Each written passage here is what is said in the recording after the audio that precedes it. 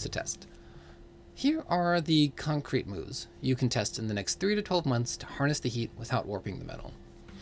1. Map your AI footprint. Goal. Move from we know we have some AI to a clear inventory. List every tool in your enrollment stack that uses AI or advanced analytics. CRM, chatbot, predictive modeling, aid optimizer, fraud detection, virtual tour, etc. For each, document what decisions or communications it influences, what data it consumes, including any sensitive categories, who owns it internally, that's functional and technical leads, and whether students are aware of its role. Use this as your baseline for governance, training, and risk assessment. 2. Redesign one funnel segment with AI plus human pairing. Goal. Demonstrate value in a bounded space. Pick a high leverage segment such as started but not submitted applications, admitted but not deposited students, or adult learner inquiries. Design a journey where AI handles first touch nudges, FAQs, and reminders on multiple channels. Clear the threshold route students to humans. Maybe that's financial aid complexity, express concern, or just a high yield, high need flag. Counselors receive concise AI summaries before outreach. Measure changes in conversion, time to first contact, and staff time reclaimed. Treat this as a controlled forge test before scaling. 3. Install equity guardrails around predictive models. The goal. Use models as support, not gatekeepers. Establish a simple rule set. Predictive scores may prioritize support and outreach, but they may not be used as a sole criteria to deny admissions or reduce aid. Any use of predictive scores in selection must be reviewed annually for differential impacts by dimensions. Partner with institutional research or a trusted external to run bias checks. Are some groups systematically scored lower for success or yield, even when outcomes suggest otherwise? Test alternative model specifications that remove or de-emphasize problematic variables. Document these choices. You're tempering the steel, not just heating it.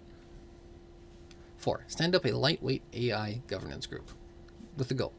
Create a venue for ongoing oversight without bureaucracy paralysis. Convene a cross-functional team. This could be enrollment, financial aid, IT, security, IR, student affairs, and ideally a student voice. Charge them with reviewing new AI tool proposals and major changes, setting minimum privacy and transparency standards, approving red lines. This is the no fully automated admissions decisions, no use of social media surveillance for recruitment, etc. Publish a short, plain language statement of how we used AI in enrollment. Meet quarterly, keep minutes, make decisions visible. This means internally and where appropriate, externally. 5. Launch AI literacy and co-design sprint for staff. Goal. Shift staff from anxiety to agency. Run a series of hands-on workshops where staff see exactly how key tools work, remove all vendor mysticism here. They practice prompting generative AI for drafts they then refine.